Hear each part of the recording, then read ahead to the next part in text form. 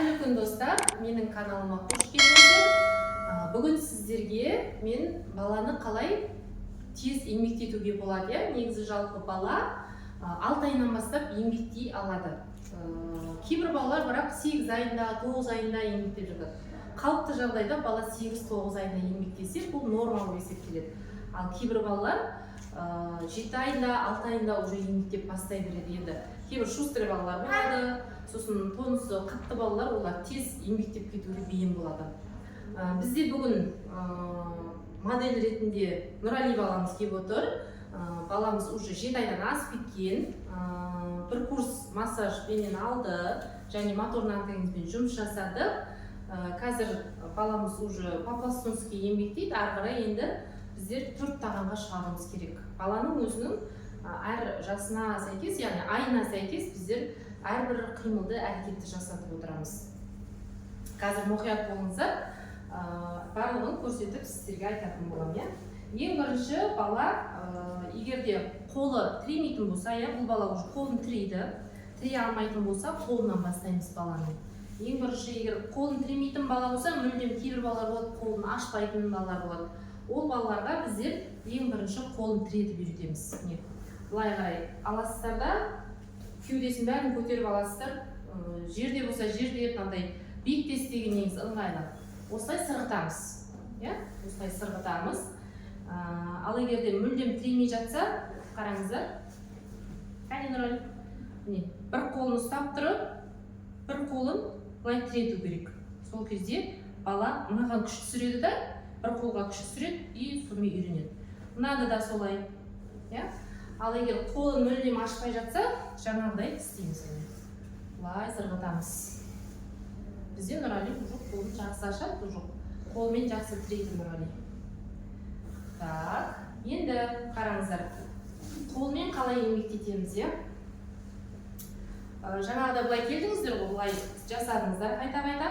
И қолды осылай қойып аласыздар, өзіңіздің қолыңызды астына қойып қимылдатасыз міне.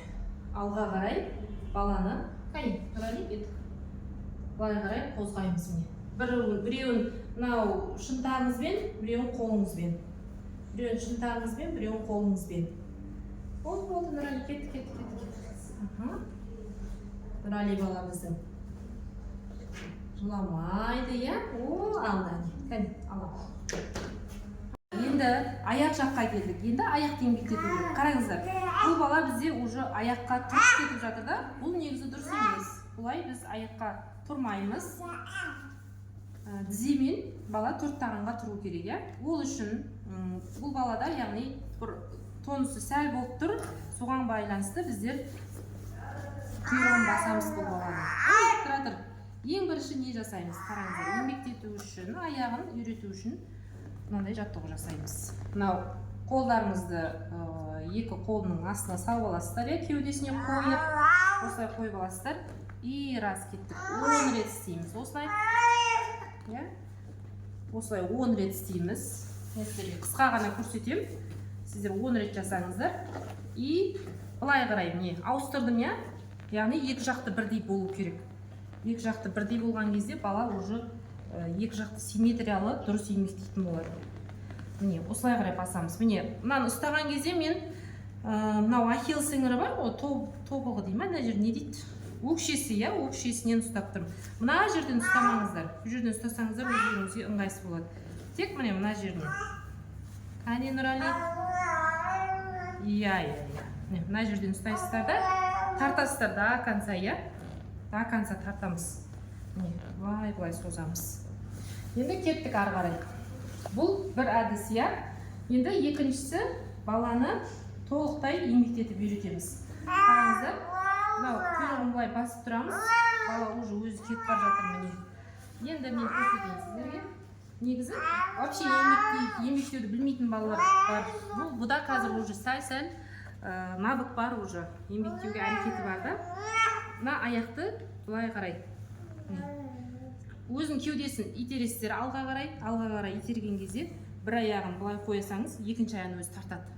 Бір аяғын былай істесеңіз, екінші аяғын өзі тартады. Міне, көріңіздер, сәл жақындатасыз. Міне, Егер құйрығын көтеріп қаратса, құйрығын бүйтіп басып қоясыздар, ары қарай бала өзі кете береді. Тура сол сияқты мына бетке де ауыстырасыздар. Мына аяғын кетіреміз. Мына аяғын істейсіздер, екінші аяғын өзі тартады. Кеудесінен сәл-сәл тартып отырасыздар. Онсыз болмайды. Міне бұл бала уже еңбектеуге дайын. Уже тек сәл-сәл бұған не керек болып тұр. Аяғымен тіре береді. Сол үшін бұны үйретеміз. Осылай екі жақты жасайтын боласыздар. Қиын емес, ешқандай. Егер де бір жер дұрыс істемей, түсініксіз болып жатса, маған комментарийде қалдырыңыздар, комментарийде сұрақ қалдырыңыздар, мен сіздерге жауап беретін боламын. Так, бүгінше осы. Менің каналыма тіркелуді ұмытпаңыздар. Подписаться етіп, колокольчик қойып қойыңыздар. Әрі күні сіздерге пайдалы осындай видеолар түсіріп отырамын. Қош сау болыңыздар.